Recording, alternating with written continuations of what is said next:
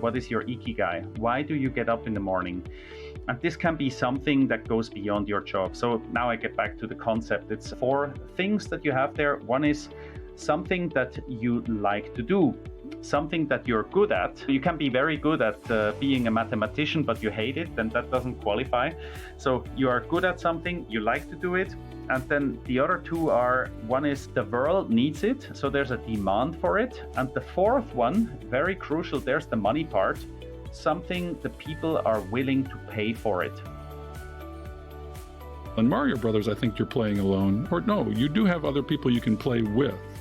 And that compounds the experience. Life is a team sport, and it isn't just a solo video game. And you've got to look at it that way because, as we'll talk about in a minute, there's an Ikigai experience with life. But in my concept of Ikigai, it compounds if you merge other Ikigais around you. And it can be like a nuclear explosion in life where you really just experience life so much more robustly. And I think that that's what we did, because we spent so many years just kind of ignoring the fact that we had a future that we needed to be taking care of and saving money for. And I think it was almost like, okay, at some random point in the future, I'm going to get to hit reset and start this over again. And you don't. We had to wake up and face reality. Hey there, guys, and welcome back to Catching Up to Fi. It's New Year's Eve, Becky. Yes. This is exciting. We're starting 2024. Can you believe it? Can you believe another year has gone by? And for Catching Up to Fi, that means almost a year. We've almost completed our first year for podcasting. Isn't that amazing? Yeah, I mean, this was just a twinkle in our eye, a little dream, and it has grown. Just like a seed, it's grown into a flower. And that's a little bit of a weird metaphor, but we'll go with it. It is. In fact, today's episode is with Matt Richter, the financial Imagineer. And I'm looking at my schedule here. According to our schedule, this is episode number 53 for us. So I had no idea. A year ago, I had no idea that we would be sitting here today. This is amazing. Well, when we started, we were going to do 10 episodes. We were going to do them whenever we felt like it, and we were going to do it for fun. And then this rapidly turned into a thing. A thing. It's still fun, but it's been a much bigger thing than we thought it was going to be. But it's so cool. I mean, it just is so evident that our audience was hungry for the information, and hopefully we've done a good job of bringing value to the audience in things that work for them. But gosh, there's a lot of us out there, isn't there? Yeah, well, there's no doubt we brought value. We see it in the engagement in our Facebook group, which has grown from 300 people last year to 7,700 people. It's really amazing. And we think that people are getting a lot of good advice, encouragement, and a can-do philosophy that they can catch up to Fi as late starters, right? That's right. That's right. And you know what? We want to keep hearing from the audience. I mean, that just really gives me energy and motivation to hear what the folks in our audience are doing, what their, not only their wins, but also their struggles. Because, you know, I think all of us probably start out feeling like we're so alone, and you're not alone. There's a lot of us out here, and there's a lot of us that have made the same mistakes you just made. So you're not the only one. And so we want to hear from everybody. Yeah, and we're grateful to our audience, but we're also grateful to our team. We started out just you and me. I was the editor, and we were the producers. And then we've kind of grown a little bit. We have Fritz Bassard out in the Philippines, who's our virtual assistant and does all of our editing. We have Diana Falk, who is our social media maven and does all things social media. And then we have your daughter, Sarah von Sternberg, who does our show notes and does an excellent job. They've offloaded us from some responsibilities, which allows us to concentrate on the content. That's right. And we've had a lot of fun with our guests. We have a lot more coming up. It'll be an exciting year in 2024. We hope it's exciting for you. We hope that you're having a joyous time. with time with your family and friends and kids and loved ones and grandkids. Just like Becky, you're going to have a house full, right? Yes, I have had a house full. Yes, there's lots of folks here, but it was amazing. And I just want to say, since today is New Year's Eve, then find your designated driver. We want everybody to come home safe tonight and be there to listen to our episode. This is a public service announcement for you. That's right. That's right. There's a couple of things in 2024 you can do for us, right, Becky? That's right. That's right. Well, we can buy us a coffee, right? We've had a lot of people do that recently, and it helps defray some of the costs and tells us that, you value what we're doing. You can do that on the website at Support Us, or you can go to Buy Me a Coffee or Buy Us a Coffee and search Catching Up to Fi. It's really, that means a lot too. It's a thank you from the audience that really warms my heart when I see it. That's right. That's right. And folks can join our Facebook group if you haven't already. Please engage there. And like I said earlier, send us an email, send us a voicemail. You can do that on the website with the SpeakPipe, and leave us a review if you haven't done that yet. The world these days, of course, runs on reviews, and we're not doing this for our own to boost our own ego. We're doing this for you, our audience, because we love you. And so we just want to make sure that the folks who need our message find it. So you can also spread the word, tell a friend. If you know somebody that's also struggling with their finances or also is a late starter, be sure you point them in our direction. We would love that. So Becky, do you have any New Year's resolutions? Oh my goodness. Well, there's always the work on my health, which I do anyway. I don't think I've got any specific New Year's resolutions this year. And I've been trying to, the last few years I've come up with a word for the year, and I haven't picked my word for 2024 yet. So, hey, I'll take some suggestions. You want to stick a word of the year out there on the Facebook group for me, and I'll pick. Well, I pick grace. I pick give yourself some grace, give others grace, spread the word so that we can get this message to, as you mentioned, members outside of the FI community, the ones that really, really need to hear it. Tell 3 people, tell 5 people. We've seen a big burst of activity and membership, and we want to see that continue. And Bill, my experience is, like, if you have a friend or a family member that is struggling with finances, sometimes it's hard to sit down and say, look, here's what you need to do. That doesn't always go over very well. But what I've discovered that works with folks is, here's what I've done. So you might try it and see if this helps you. And so that's a way to just tell folks about the podcast and let them glean the information that they need for themselves. And sometimes that goes over a lot better than trying to preach to somebody. Yep, exactly. You got to, wait for the teacher to come, right? When the student's ready. Right. And there's a lot of students out there that are looking for a teacher. Yeah, there are. At any rate, we're going to move on into the new year now. We have Matt Richter in this episode, and we're going to talk to him about several things in Imagineering your life as a video game, how to deal with a windfall. We got a lot to talk about in this episode, so stay with us. There's a lot packed in that one. All right. Happy New Year, everybody. Happy New Year. Hello, and welcome back to Catching Up to Fi. I'm Bill Yount with Becky Heptig, and we're back with an exciting guest from Basel, Switzerland, all the way from Europe. Becky, how are you doing today? I'm doing great, Bill. Today happens to be my middle son's birthday, so I am sporting his alma mater for in his honor today. All right. Well, yeah, you're traveling around a bunch of grandkids. It keeps you busy, the 6 grandkids. You're traveling all over the country to intervene and be there and babysit. So you have a very busy life. I don't know how you keep this podcast on the front burner.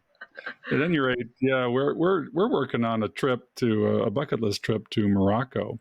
for my wife's 60th birthday. We've been planning that, and we're very excited to experience yet a different culture. Nice. So let's jump in. We're excited to talk to our guests, and we got a lot to get through today. So That's right. Matt is the financial Imagineer. He is a personal finance aficionado who I first met at FinCon 2019. He joins us today from Basel, Switzerland. He speaks German, Spanish, English, and Mandarin. I speak German and drink German beer, so we hit it off quite well.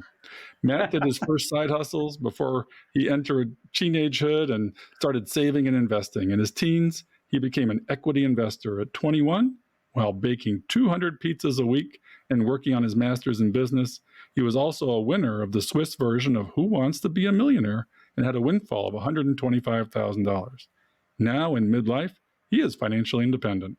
He loves spending time with his family, traveling, brewing beer, sitting in the hot tub, and writing his blog, sharing his biggest passion, financial Imagineering, building and managing wealth, making money work for you so you can unlock and spend the most precious resource on this planet, self-determined time, in order to pursue your dreams and your passions.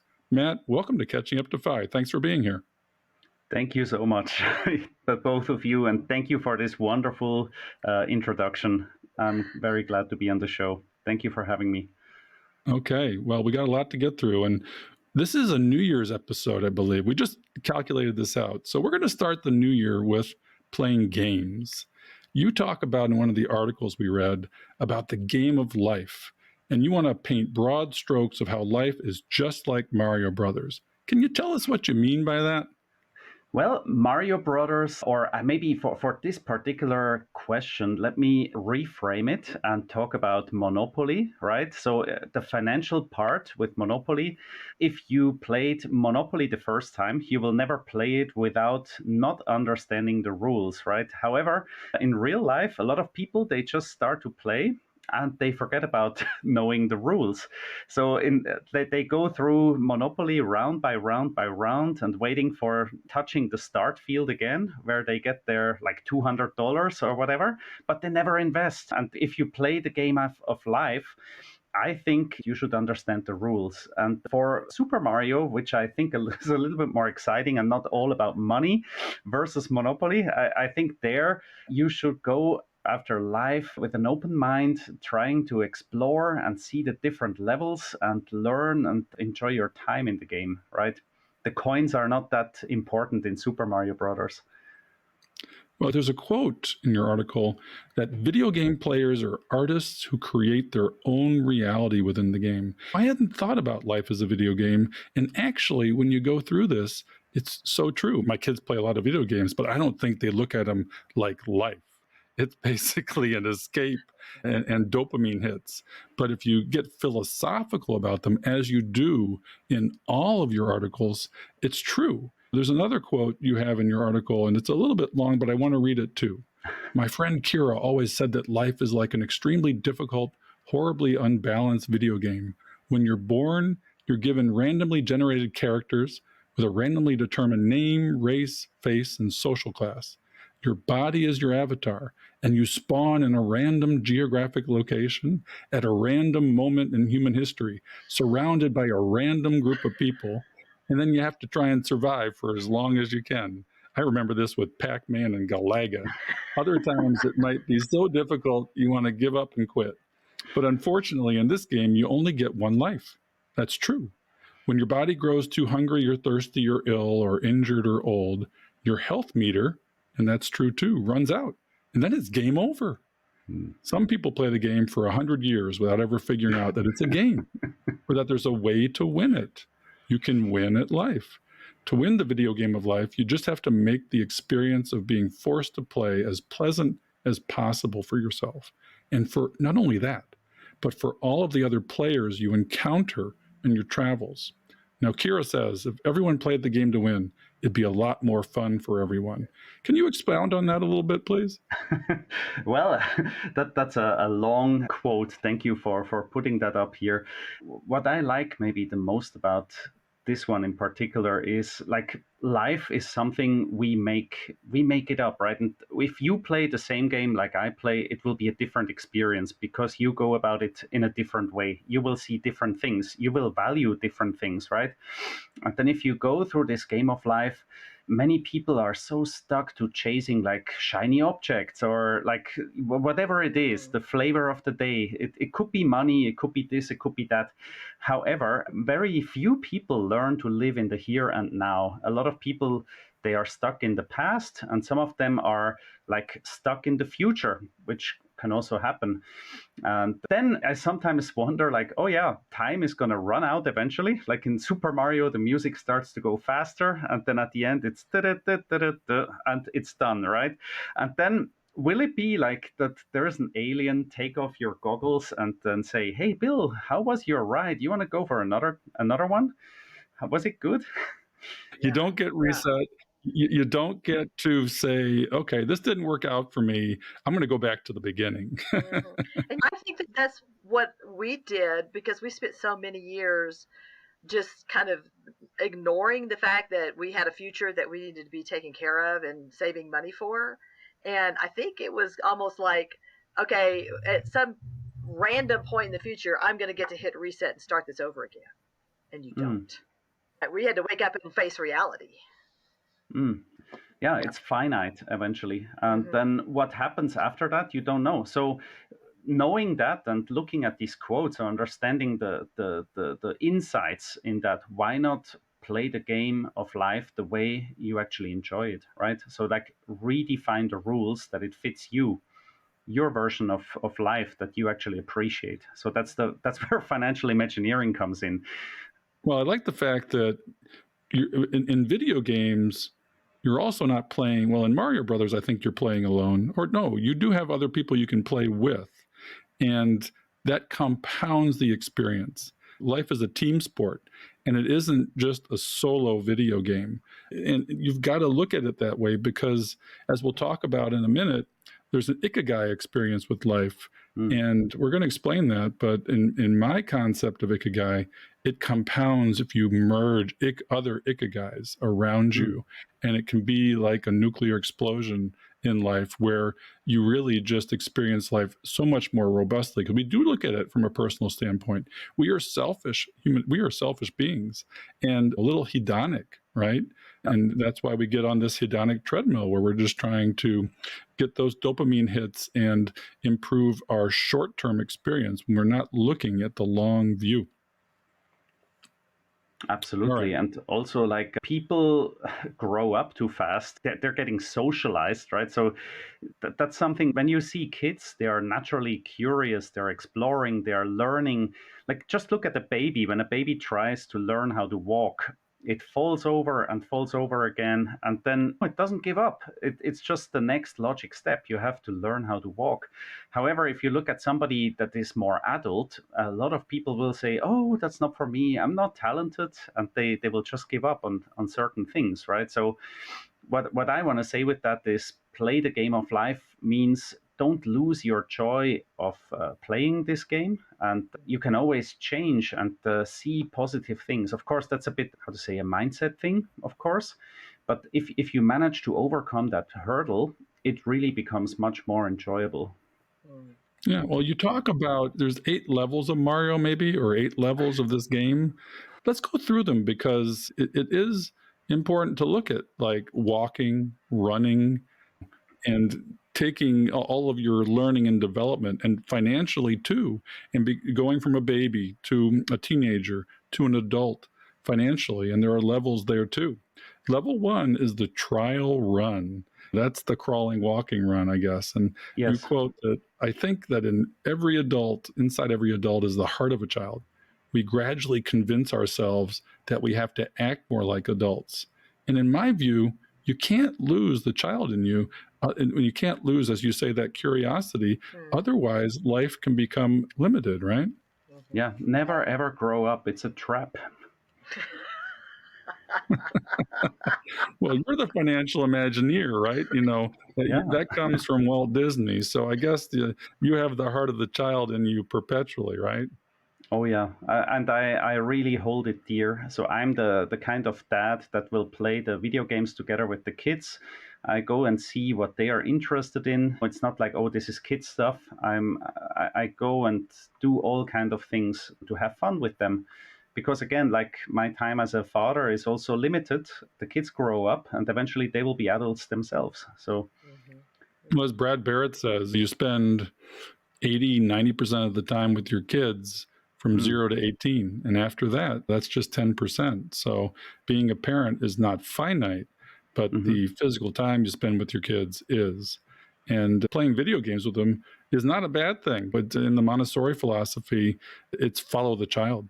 You take what they're doing and you don't impose upon them what you're doing or want to do. You do, and you follow their lead. And that's how you have a healthy conversation with somebody else too and create relationships. It's a circle of communication. And if you do that, it will compound. And there are financial implications of this too. Oh yes, and like in our family, we also do some special things. So my wife and I, we are very boring in a way. We are a so-called spreadsheet relationship or marriage, if you will. We decided over doing like balanced scorecard analysis and so on to get married. We actually really did that. She will probably listen to this and agree. And after that, we kept doing 5-year plans, how to play the game of life, right? And then recently this summer, we were in Taiwan for like 2 months together, and we spent time together to plan the future also with the kids and for the kids. So one thing is, of course, playing video games, but the other part is also as a parent or a father, you should kind of live the life you want your kids to have. Like you don't just tell them how they should live, but you live your life and let them watch. It's like if you don't tell kids don't touch the hot stove, they will eventually still touch it. So make them touch it earlier or when it's just warm and not hot, in a way. Like show them by example what to do. And we actually did a 5-year plan together with the family. I just show this quickly here. So we have the timeline and then the importance, and then this is the plan 2030, we call it, for the whole family. And each and every one of us. I love that. I'm a visual. Sorry, I'm getting a bit off the topic here from the levels, right? But then this is a bit like Imagineering is also, we were sitting there, I had a beer, my kids did not, but then that helps for me with imagination sometimes, right? And then you have like more ideas and you pen down your dreams. And what I want to show the kids with that is, hey, you can actually plan your future, and daddy and mama can also plan their future, and we will show you how to do it from our side. We still have ambitions, we have goals, but also you will have goals and ambitions. And if you tell us what it is, we can help you to help your ambitions come true, right? And then eventually we go through this process together. We level up together, right? And then this will be very encouraging, hopefully, that at one point when they decouple, that they will do it independently. Well, the thing is there too, people forget to set their personal goals and their life goals first. I mean, this is a financial decision because money isn't the end goal. It's a tool to reach these financial and personal goals. And it's not the math first, it's the mindset first and the Imagineering, as you say.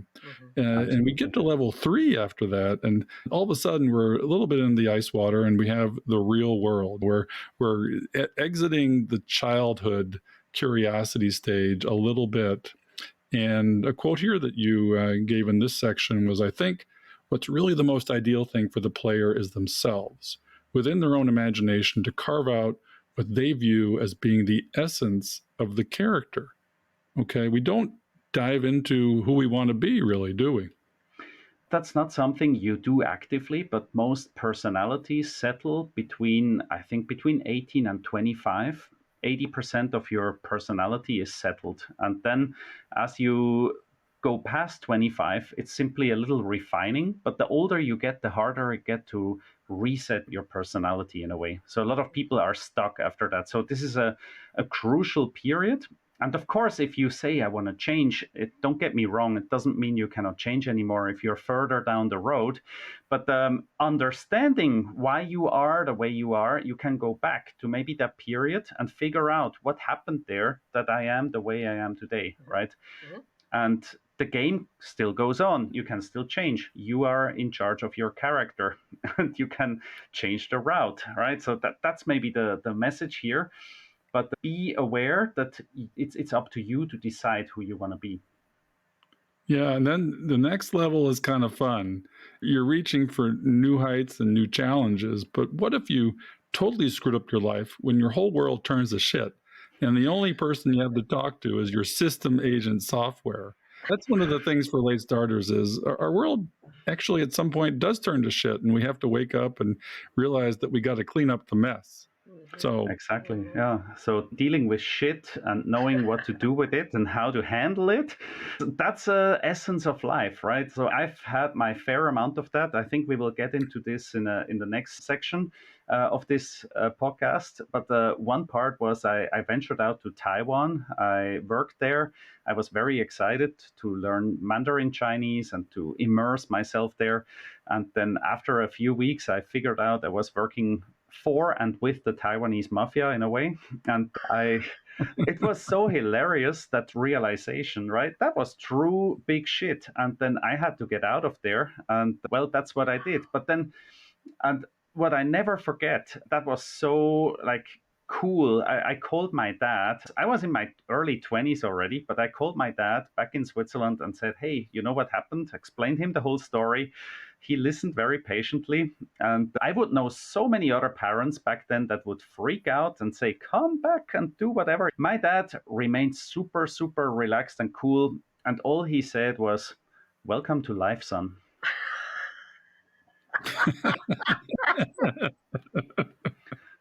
Well, you know, the thing about being a late starter is, and this is another quote from your article, we got to let the shit of the past be the fertilizer of the future. Oh, yes.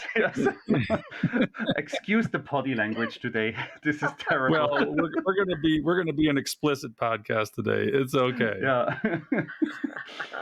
But it's true isn't it true for late starters, Becky, that we really do need to let the shit of the past be the fertilizer of the future? Absolutely, because if you don't, it's just going to hang around and stink.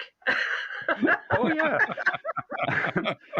We need to use that as our motivation and our education. Let's learn from what we did wrong, and then so that we can figure out how to do this right. Oh, yeah. All right, so we have a few more levels. Do you want to take us through them until we move on to your story? Yeah, maybe very quickly. So yeah, basically in life, I always think the most beautiful thing is nobody really gets what they truly want. So, and before that, most people don't even know what they want. So it doesn't really matter. So that's the essence of that all. So the grass is always greener on the other side. The Joneses have more than you. They seem to have more than you. I have to correct, right? And does it really matter? What matters is where you are. You play your game. And you are on your road and you go at your speed as long as you enjoy the journey, right? And then, of course, what I also like to say here is I have a very nice video of that. And maybe you can show that video at this point. The better you manage to play life on hard, the easier and more fun it gets. Which means, like, if you are ready to decouple from something, the something can be any form of comfort zone. And I think life, if you like to enjoy it more, play it more on hard, it means that you bust your comfort zones. You break out, you leave it behind. This could be a job you don't like. It could be relationships. It could be things that you want to, you don't run away from them, but you run towards something new. And usually to do that, to take this extra step, it's leaving your comfort zone, because it's much more comfortable to stay there where you are but not move. But trust me, the more you run and play this on hard, the more fun it will get, because you get other things, you level up, right? So basically you grow with the level of fears that you manage to overcome on your journey in a way. And as much as this sounds a little bit like a stereotype, it means like also on your financial journey, right? If you think you don't know how to invest, well, go out, talk to people, learn how to get started, learn the basics, how to buy an ETF and how to do that. And when the market drops and you have a crisis, or COVID hits and the market tanks 20-30% in 1 month, then that's what I call handle shit. You have to understand that this shit will come to all of us, no matter in what situation you are. The shit will always come back. This is life. And the more you are used to this, the better it will be, because you have learned how to play it on hard.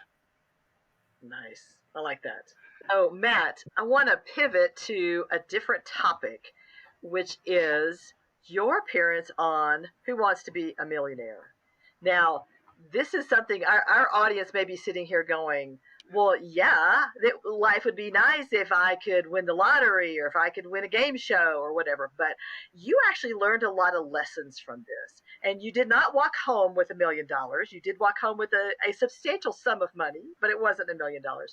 But I want you to tell us that experience and what did you learn from that? Very good. So one thing, maybe before I dive into the TV show itself, I maybe talk 2-3 things I learned before that, because it's very essential for what I learned after that.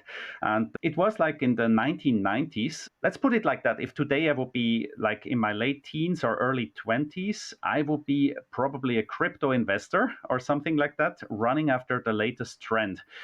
And back then, I was the guy who felt like I have reinvented the wheel of stock market investing, because I was fully invested in NASDAQ stocks and everything with the .com, everything from the new economy. It just magically seemed to go higher and higher and higher.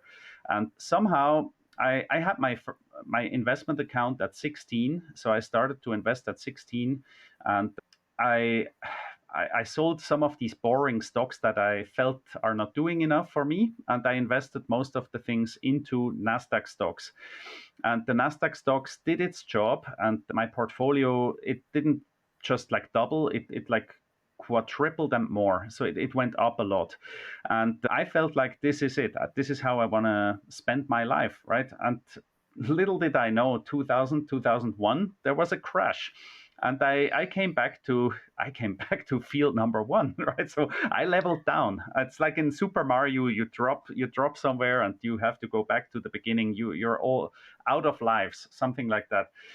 And that really, really woke me up in a way to think like, oh my, there should be something else about it, right? And then with that experience, I got on the game show. I wrote a complaint letter to the TV company. It was the first time Who Wants to Be a Millionaire was aired in Switzerland, and somehow they didn't really do a great job in selecting candidates to my kind of liking. So I wrote a complaint letter, and then they challenged me to get on the show. And then luckily I took some time, prepared.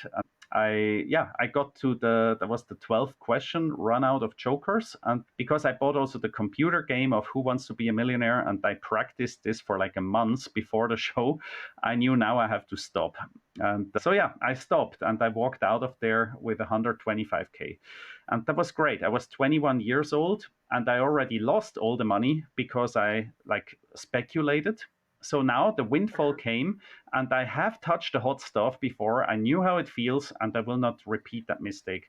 So I knew already what I should not do in a way, right? So, and then I used the money and put it into very boring funds. That's probably not what a 21-year-old usually would do with that money. And over that, unfortunately, or maybe later I say it was maybe lucky, my girlfriend from back then, she split up with me because she felt I'm too boring with all that. So she would have bought new furniture. We would have gone to the Maldives, which, yes, maybe that would have been something to do. And so we had a fight over what to do with it. And I was extremely, I really held on the handbrakes there, and we almost didn't use any money. And after that, actually, it allowed me, there was like a jumping board in my life onwards from there, because the portfolio kept growing. And yes, in 2007-8, there was another crisis, even a bigger one than the 2001. And I kind of was more relaxed because I have seen it before. Well, you didn't just invest it, if I remember correctly. And how to manage a windfall is important, because late starters will have inheritances sometimes from parents or other relatives. And we don't want to blow $1 million or $125,000 on avocado toast for life. Hookers, booze, and blow. Vegas, baby. You want to keep calm and carry on, but we don't necessarily have to invest all of a windfall. Didn't you do something else with some of the money?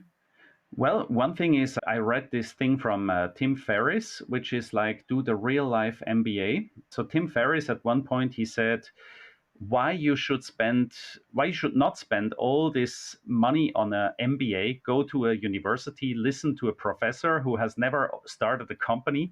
Why not take that money and do something for yourself?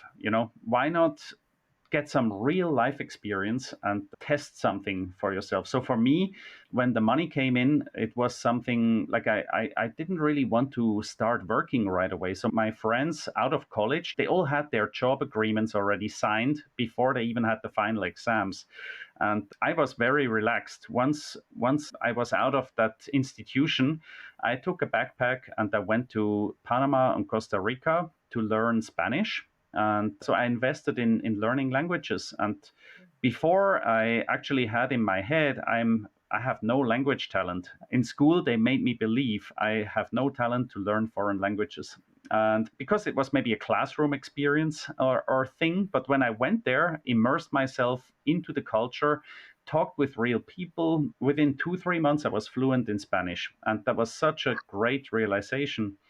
And after that, well, Spanish was maybe easy, I felt, because I learned a lot of French in school, which is the second language in Switzerland. So with the French, it's also a Latin language.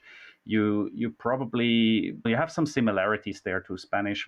And then I came back and then I felt now I have to learn Chinese. That was just something in my head. Because when I returned from there, my portfolio was up and life in Panama was so cheap. I remember like every day I spent maybe $30, $40 or something. And this kept on going higher and higher. So my bank account balance was higher after spending all the time there and learning something new. So I felt, yeah, why not? I go for another one. And I figured back then Chinese would be very helpful, and it was. So thanks to that, later I got a very interesting job opportunity afterwards. Not just the one with the mafia, there was more. So Spanish was easy, so hey, why not learn Chinese, right? Oh yeah, my goodness. Like play it on hard, level up difficulty level, right? There you go. Ramp it up. The price tag for your trip was you won 125.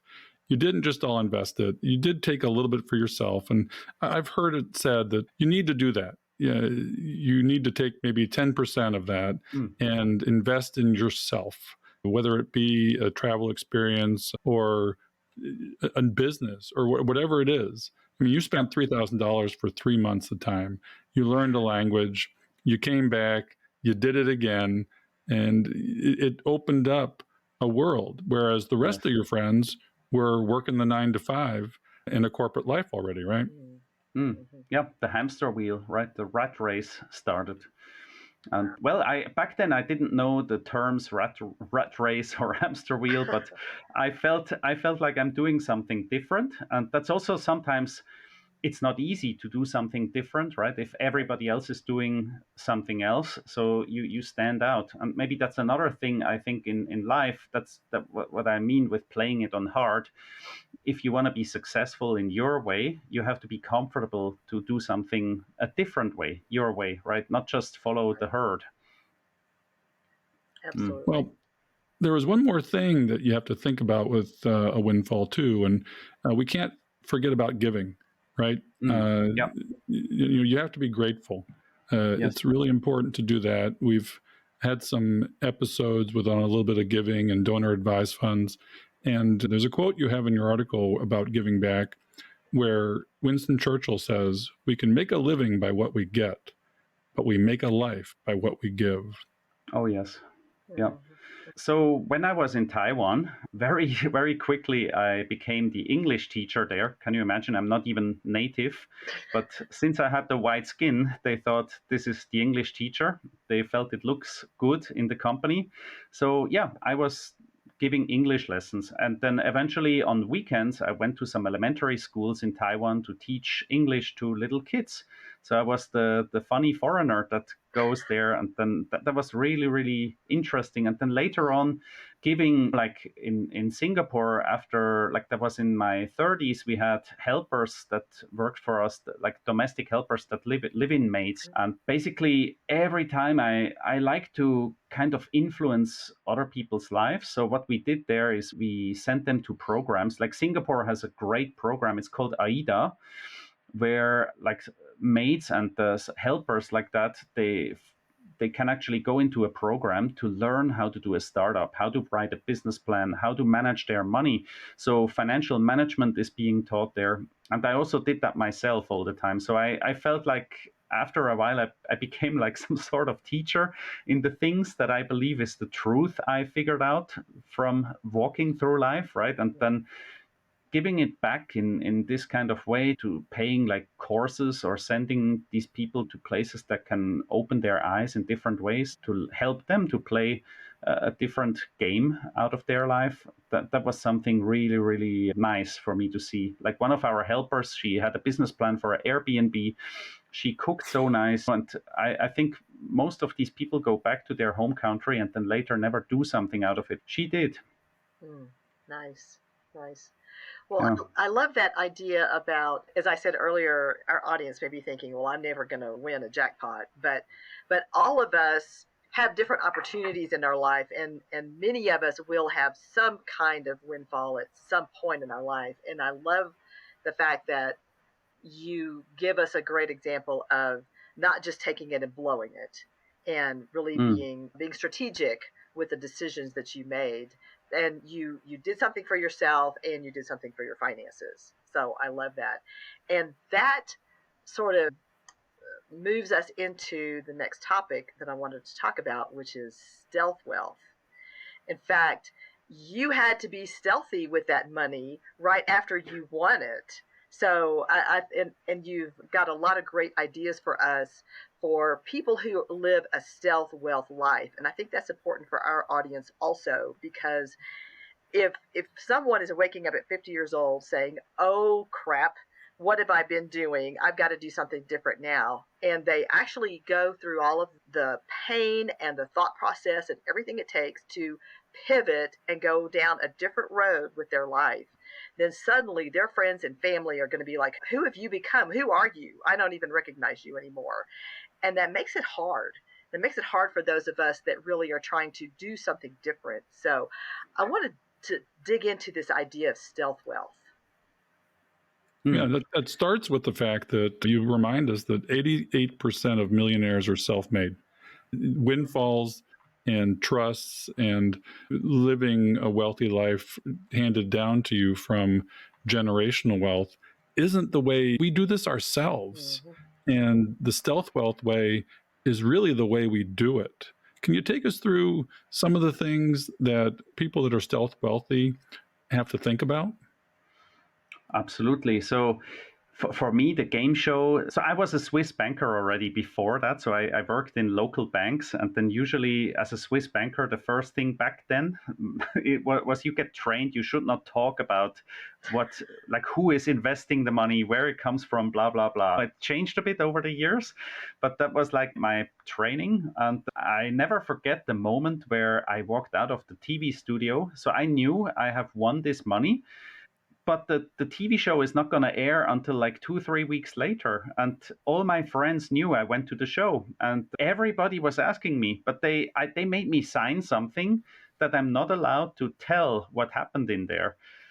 So I pretended nothing happened, and it's not worth it. And for like 2-3 weeks, everybody, pretty soon after that, people shut up and nobody asked anymore. And everybody thought, he must have lost everything again.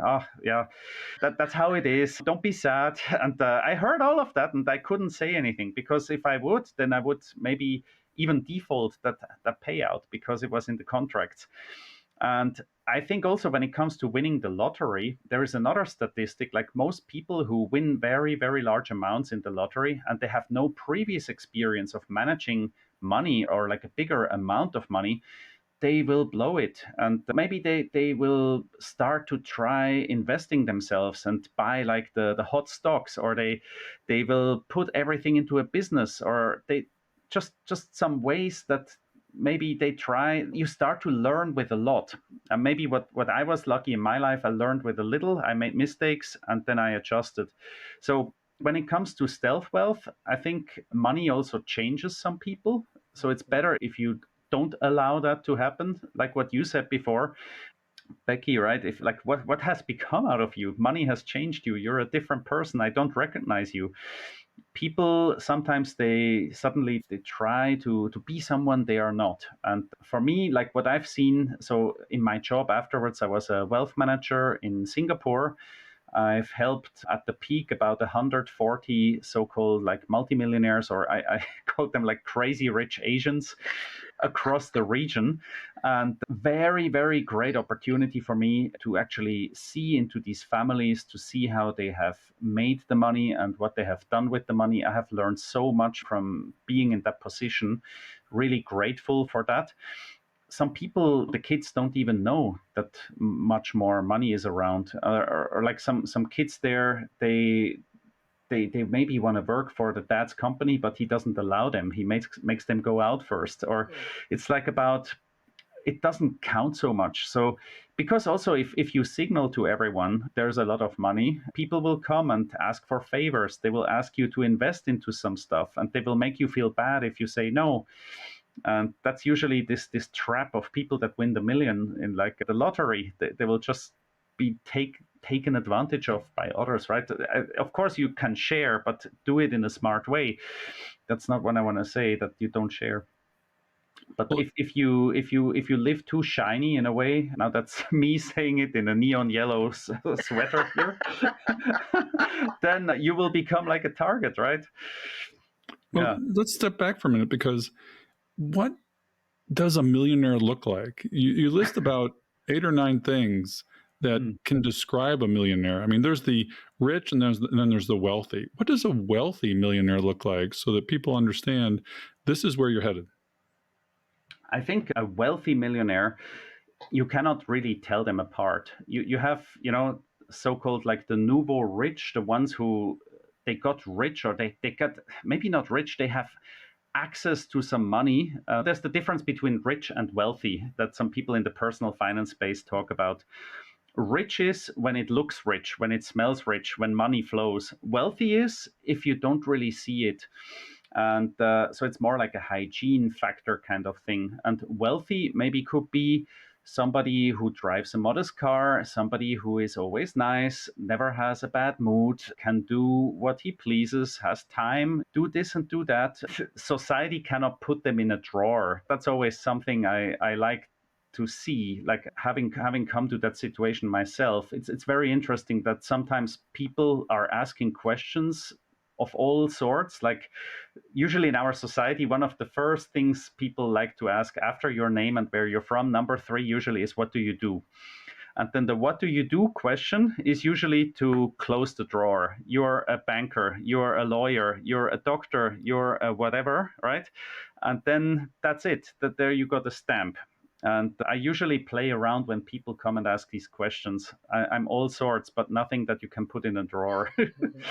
And millionaires, I think you cannot really grasp them, or you don't understand them.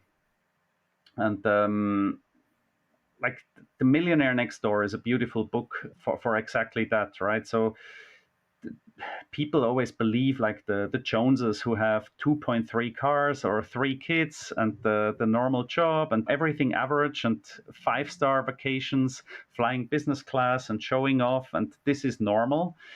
But usually back there behind, maybe there's nothing. And on the other side, you have somebody who lives very modest, and maybe that's the millionaire. So you may be not able to spot the millionaire right out.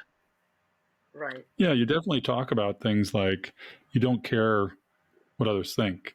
You have a great quote that says, "A lion does not concern themselves with the opinions of the sheep." And another thing you say too, where if you downsize your thinking, because Plato says the greatest wealth is to live content with little. You can get as a late starter to where you want to go if you become more content with less. Right. Yep. Right. So, Matt, you list 10 beneficial reasons to pursue a life of stealth wealth, and 10 things of how to live a life of stealth wealth. Can we hit the high points on some of these? Because I think this is going to be really beneficial for our audience to, especially when this may be a whole new mindset for them. This may be a different way of life for them, but there are so many benefits to doing this. The 10 benefits. Number one, for instance, less unnecessary bullshit, right? So if again, the S word, apologies. There we go again. People are going to think we're totally potty mouth people, but anyway, we've been pretty good. We've been pretty good up till now. When you showcase wealth, you will have people try to sell you stuff you don't need, right? And people will give you, everybody will come and ask for favors and so on, right? So you will be chased. Number two, you're less of a target, exactly in the same direction. People or even think about your kids could get kidnapped if you show off wealth, stuff like that, or your house or your car gets scratched up, or if you have a very nice car, nobody's going to scratch an old Toyota for that reason, that matter, right? Number three, increase of opportunities and options. I mean, that's a big one.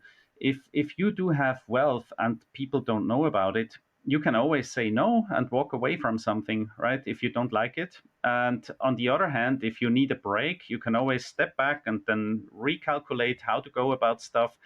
And people, again, I always like there with the boss, I said before, with which drawer you belong. A boss sometimes is very happy to see their employees buy the latest car to upgrade the house. And they say, yes, you deserved it. You should get a better car. And then they know they get a higher car payment, a higher mortgage. So they will be motivated for another 5 to 10 years in the company to work their asses off, right? But if you don't do that, you have more options. And the wealth is something, it's like an iceberg. People don't see it. It's under the water. The people see the tip of it. And nobody knows how deep your iceberg goes. And that's really like a secret weapon, because they cannot play you, right? So that's maybe from that perspective. Another thing is sincere relationships and friends, right? So if you show off to have the car and you splurge, and people will expect more from your friendship, they will be like looking at you as the person who always pays dinner, who invites, who throws parties and invites people to go on a skiing trip or whatever it may be, right? So you are not... But you can still do that, but you just don't show it off like that. And all these things, I'm not saying you cannot do it. It just means you're not forced to do it in a way. And therefore, number 5, you have less stress, worry, and pressure, because you can actually decide. And people are not coming, like cash and money is like oxygen, right? And if people see, oh, that guy, he walks around with an oxygen bubble like the size of Mount Everest on his head, they also want to have some of it, right? So they will come and try to tap in. And therefore, you have a better quality of life because you can zoom out, and that increases your privacy and freedom. And again, right, if you start that before you are at the goal, it increases again your chances to get to financial independence. So for me, Singapore was a great example. They have an alcohol tax there. So when I was at the bank, it was common to go for after-work drinks. And 1 pint of beer in Singapore costs you $20. And you seldom go out to just have one beer. You maybe have 2 or 3, and then you have some bites. So that's $100 gone for one person, just for one after-work sit together, which is a lot of money. And that's why I started to brew my own beer. And for $60, I could make 30 liters or 30, actually that's 60 pints at home, and invite the whole team to have beers with me. And which was much more enjoyable because I could tell them about how I brew the beer and how fun it was to do it. And at the end, I kind of showed off by how cheap it was. But it was fun because I say I will take care of everybody, and then everybody saved the money. And for less than the cost of one evening out, I could entertain for 1 month, right? Therefore, you get a higher chance to achieve financial freedom. And the other thing is generational wealth. You rarely see people showing it off that make wealth last over one generation. And that's another thing. If you are a late starter eventually, maybe your parents haven't been in a position to show you that, right? Or maybe you have seen how it comes and goes. Maybe the grandparents were there, but the parents not. They always say like wealth doesn't last for 3 generations. The first one builds it, the second manages it, and the third one loses it again. And also at my job, I've seen a lot of wealthy families having that issue with generational wealth. And then usually one of the differentiators there was the stealth wealth component. People who feel they need to show what they have, they usually lose it. And if you safeguard it, you have a higher chance to be tested with time and to make it through. And therefore, last but not least, it helps you to remain grounded. You remain humble and appreciate other things than wealth. And you can still give, you can invite, you can do all kind of funny stuff with your money, but you don't make everything about money. Yeah, you talk about how to recognize it. I mean, if you're stealthy, you don't know that the electrician next door owns his own business and it's a 3-bedroom, 2-bath house and drives a Toyota, is a multimillionaire. You just don't know it. But how do you recognize it in people so that you can follow their Jones example?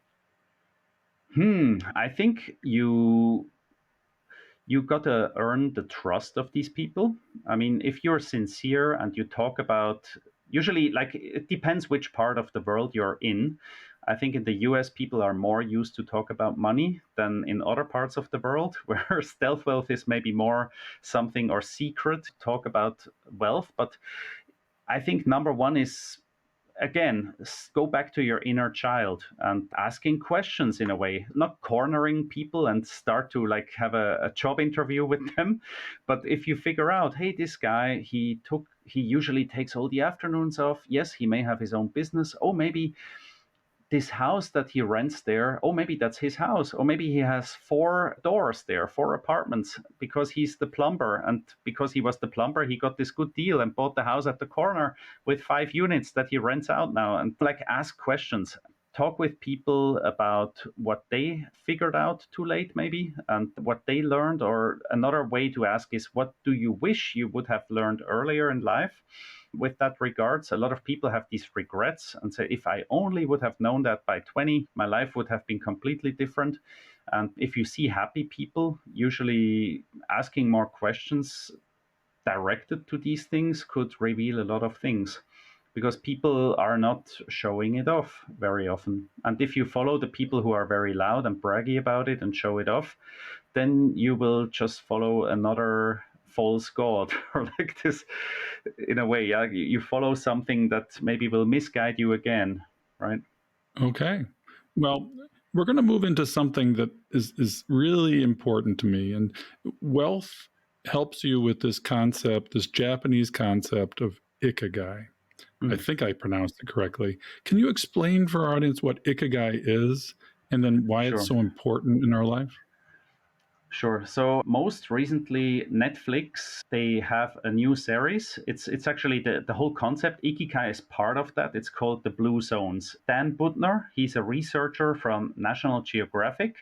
He once figured out that there are certain places on the world where people live extraordinarily long, or like the average of certain villages or places, they have a life expectancy much, much higher than the rest. And then he figured out in Japan, there is this island of Okinawa where people suddenly, like the centenarians in the population was so off the charts that he had to go there and figure out what happened there, that these people are so often so much healthier and live so much longer than in the rest of the world. So he, at the end now, I think he figured out 5 or 6 places that he calls the blue zones. And in the blue zones, people have a longer than average life expectancy.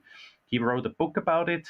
On Netflix, you can see the series, which I highly recommend. It's beautiful and really shows you a lot of things, how to live a bigger, better, and higher quality life in terms of health. Not really about money, but Ikigai now is in Okinawa, where I said before, if in the West you meet somebody, maybe question number 3 is, what do you do? And then in a funny way, this question, what do you do? This is like the thing I said before that puts you in a drawer or puts the stamp on your forehead.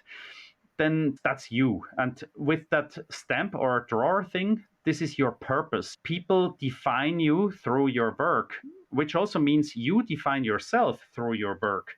And very interesting was in some places where people get laid off or early retired, which we in the fire community think is a good thing, early retirement. When you get laid off in a passive form, like you don't decide yourself when to do it, you actually lose your purpose. And people who are getting laid off early retired against their will, they will die earlier than even the average that is just working to their ultimate kind of living expectancy, right? So maybe 65, 67. And the Ikigai now, to come to your question, sorry, this whole explanation around it, is the mix between something, like it's a Japanese concept, and the Ikigai is your reason for being. So if somebody in Okinawa would see you for the first time, they will ask you not about what do you do, they will ask you what is your Ikigai? Why do you get up in the morning? And this can be something that goes beyond your job. So now I get back to the concept. It's 4 things that you have there. One is something that you like to do, something that you're good at. You can be very good at being a mathematician, but you hate it, then that doesn't qualify. So you are good at something, you like to do it. And then the other 2 are, one is the world needs it, so there's a demand for it. And the 4th one, very crucial, there's the money part, something the people are willing to pay for it, right? So you can sell your skill. And now if you combine all these 4 things, then you found your Ikigai, which means you are like passionately employed, or you do what you really love and you get the value from society in a form of money or recognition. It doesn't have to be money. It could be influence, or you do something to change the world for something better. That's an Ikigai. That's why you get up in the morning. It's something that doesn't let you sleep and stay in bed forever. And the beauty of that is, so the Ikigai could be, I like to take care of my garden. I like to look after my family. I like to make a forest over there, or I like to look after the village. It could be all these things. But it's not just about you, yourself, and your money. It's something a little bit bigger than that.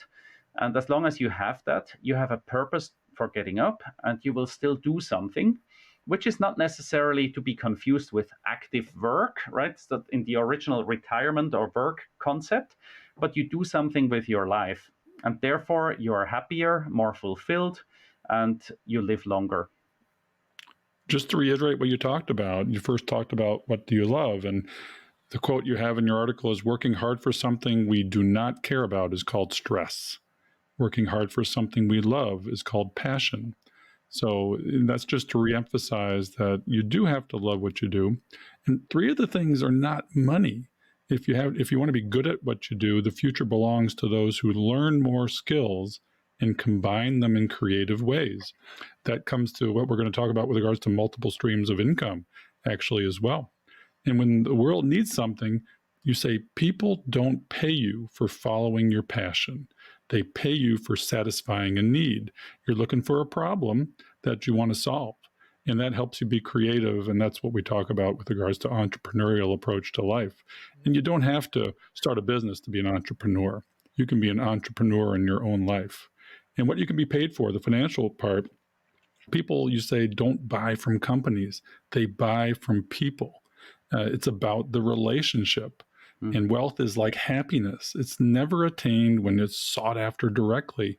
It comes as a byproduct of providing a useful service. These 4 components are really cool, and they intersect. It's really 4 circles, right? Yep. And these circles all intersect like a Venn diagram. And at the center of the 4 intersections is Ikigai. And then you have intersections of 2 circles and of 3 circles. And there are components of that. Can you tell us what it's like to love something and be good at it, or love something and it's what the world needs? What are those concepts? Well, if you're good at something and you get paid for it, it's a vocation, right? So-called a vocation. Maybe for you, you can be a doctor, you get paid for it, but maybe sometimes you are tired, right? So, or you are, like, if you love it and you are good at it, you have a passion.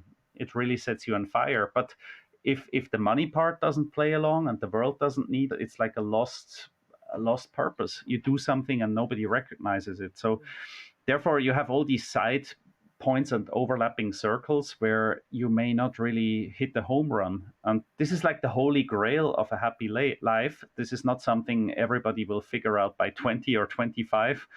I think this is a work in progress for everyone, because it's also moving targets. But it's good to have this concept in mind and understand, like, why do I get up this morning? What is my purpose? What do I want to do? And how can I get paid or valued for that reason? Like, money is just a form of value. It's a measurement tool for that matter.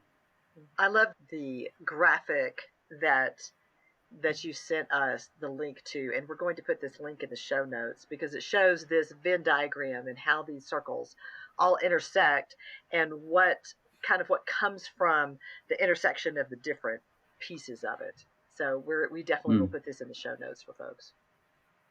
Yeah, like I also wrote there, like, vision without action is like a daydream, right? So you dream about it, it would be nice, and action without vision is a nightmare. So you need to know where to guide this ship to, and you need to have a plan, which at the beginning I showed you guys the plan. And then if you really, so it's like we also try in our family to figure out where is the Ikigai of all of us. And then you need to keep adapting, right? So it's, so this is not a one and done thing. This is not, you figure it out and then you put this chart on your refrigerator and it stays there forever. Well, the chart works all the time, but life changes, you change, your environment changes. Well, shit happens, right? And, Yes. and your Ikigai gets out of balance. It's certainly not a static thing, and it's not static with others. As we talked about before, Ikigai is not in isolation. Everybody has their own Venn diagrams and Ikigais, and you can overlap them with yours. That's one thing that they don't show in the diagram. And then that, to me, is regards to relating your Ikigai to somebody else, into a group, the 5 people you surround yourself with. I mean, that compounds. That takes you places that you cannot go by yourself. And in regards to that, too, you talk about what gets you up in the morning. And then another quote I love that you bring up are the 2 most important days of your life are the day you were born and the day you find out why. And we've got to find our why. And that comes first before all the money stuff, really. If you just focus on the money stuff, you're not really finding your why. You're just finding your how. True. And I think this goes back to the comfort zone part. So like a lot of people, they maybe think their why is somewhere else, but they hold on to something, right? And then at the end of their life, when the game comes to game over, that's where the people will have regrets, right? That's the famous thing of the people. What most people regret when they're lying on their deathbed, it's not spending more time with their loved ones. It's working too much. Not a single one said I should have worked more. There was not a single one. Right. But and all these sort of things. To me, a lot. I mean, we've talked about a whole lot of different things today, but to me, I'm seeing this all boil down to the word contentment. That if you, number one, if you're a giver, and if you can find the way to be content, because people can be content with millions of dollars and people can be content with very little. And that kind of goes back to the stealth wealth and the Ikigai also, of what makes you happy and what you can be happy with. And you don't need to constantly be desiring more. More and more and more doesn't make life better. Yeah, you got to read things like the book MoneyZen that we're going to talk about with one of our future guests, where you focus on enough. You got to read John Bogle's book titled Enough. You got to read Vicki Robbins' book. Okay, she has the inverted parabola where you reach a pinnacle and that's your enough. And if you go beyond that, that becomes luxury. That gets you into trouble and you start falling down the spectrum of the time value of money, where how much life energy does it take you to buy this $100 set of cocktails with your friends, for example? I mean, that's how many shifts do you have to work to buy the brand new car versus the used car? You've got And to think in you terms have of your this life. curve.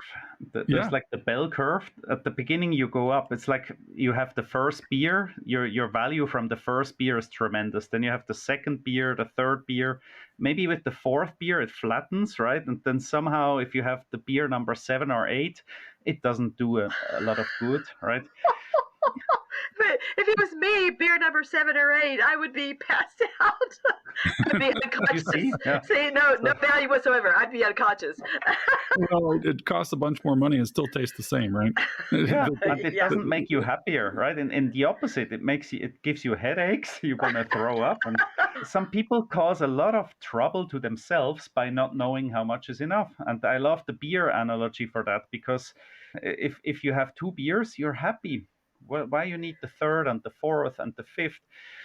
What for, right? And that this is really an art, because of course when you walk through life, you want to have some extra lives, like if you fall down the cliff, Super Mario drops, you want to have the extra life to try again. Also shit happens, right? So you need a certain level of protection. For this we have insurance.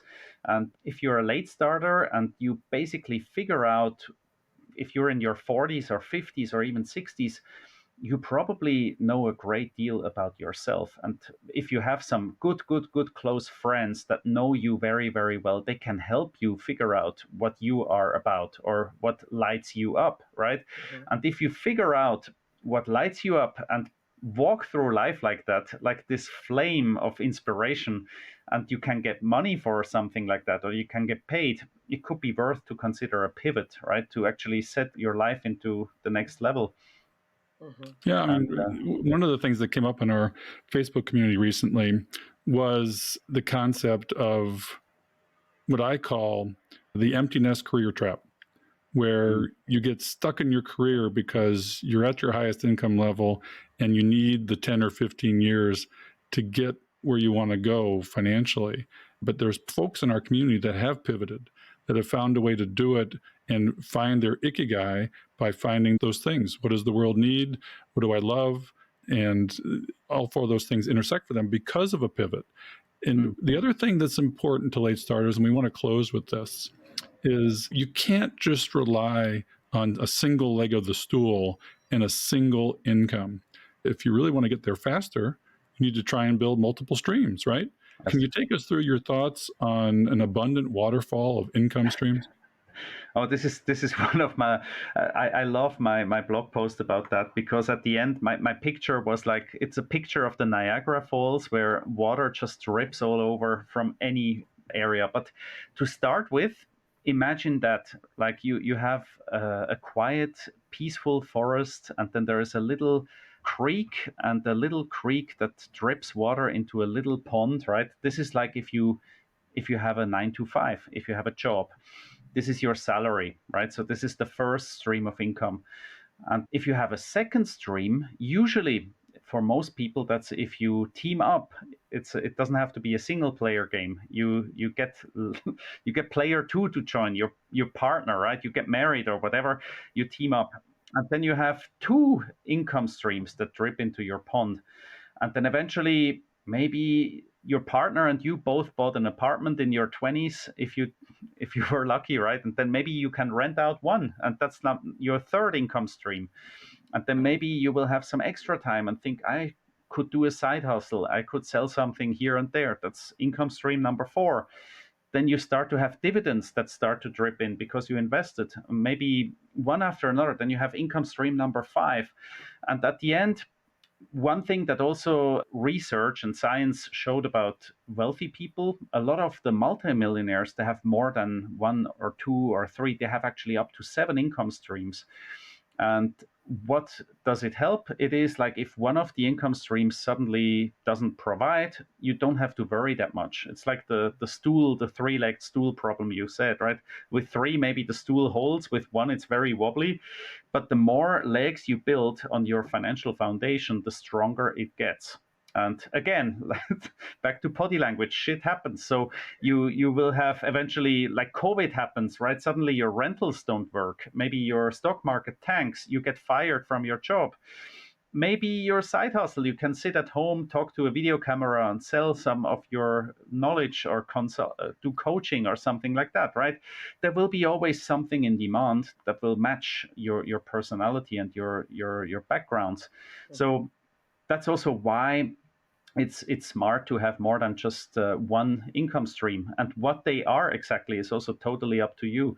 Like we also play a little bit, so we house hacked our way through life. We had a big apartment before where we didn't use all the rooms, so we rented out the rooms, and if you get room rentals, they will pay for your mortgage parts for it, right? But you can have the bigger asset that will compound. If you have the big three, that's usually a big thing. If you want to save money, start with the big three. The big three are housing, food, and transportation. When it goes to food, my wife in Switzerland, she grows Asian veggies because she cannot get them in the supermarket, or they're very expensive. So you start to produce what you like. I do my own beer in Singapore. I do my own bread sometimes. So you learn certain skills and you replace it. You don't consume, but you create, right? You internalize these costs. Transportation, you maybe don't need a car for everything. It depends where you live. In Switzerland, we have now 2 electric bikes. In Singapore, I even taught the locals how to use the subway and the bus system. My colleagues did not understand how to use the buses. I was the expat Swiss banker that came to teach them how to take the $1 bus instead of the $30 taxi. And then again, you save on all levels. So it's the multiple income stream is one thing, but also stop the drip. So your pond needs to be secure. And then in a way, I do with my kids something I call financial excursions. So I bring them sometimes to the mountains. And one example here, I bring them to the big dam, the hydro dam, where they actually secure this water for electric consumption afterwards. And then I explain to the kids, this is the same what you can do with your money or with your time. You have all these little creeks that go in, but if you have a big wall, you stop it. And then once it's really, really full, you have electricity for half a year. Yeah, I love this post too, because you do take us through the multiple levels of a waterfall, and it ends up at Niagara Falls. It's hard to do, but it's certainly worthwhile to do. My wife and I have 2 incomes. I would like to think this podcast made money, but it doesn't.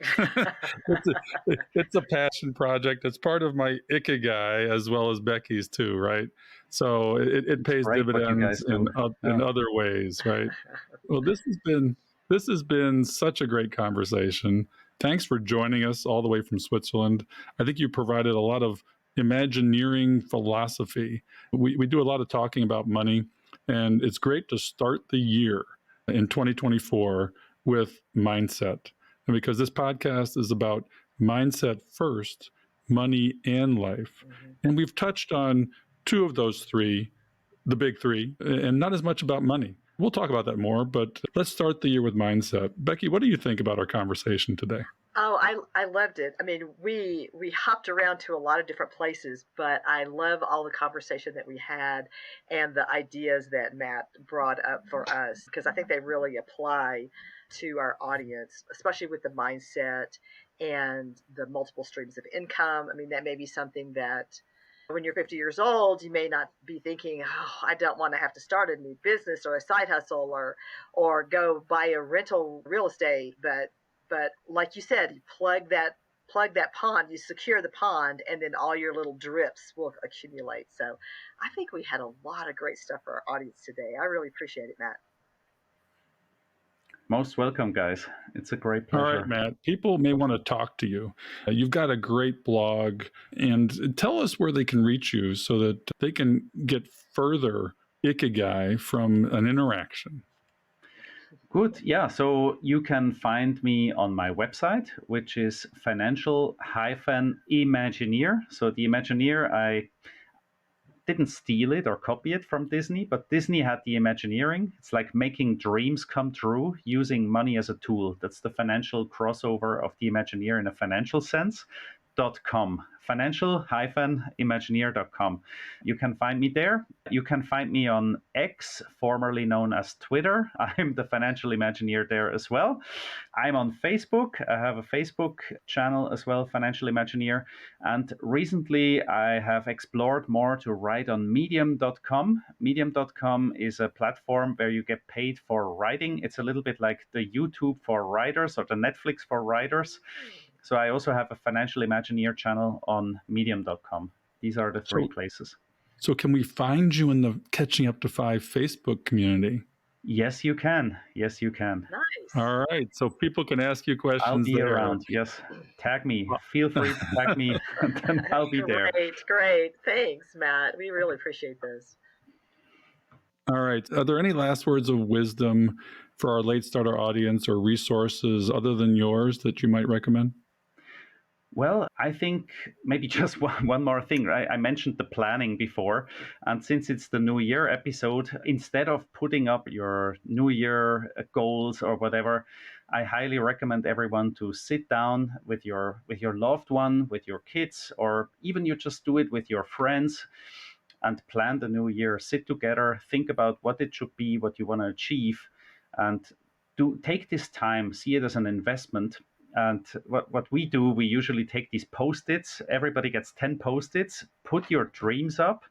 And the better the people know you do this with, the more you get out of that exercise. And that's maybe something, if this is now New Year's Eve, or do it in early January, sit together, have a bottle of wine or beer or something that helps you to get more imaginative, right? And to go about it. If it comes to money, other than me, I was just reading a book, Richer, Wiser, Happier, that I like a lot. I think this is something very philosophically. I have it one moment. This is a great book.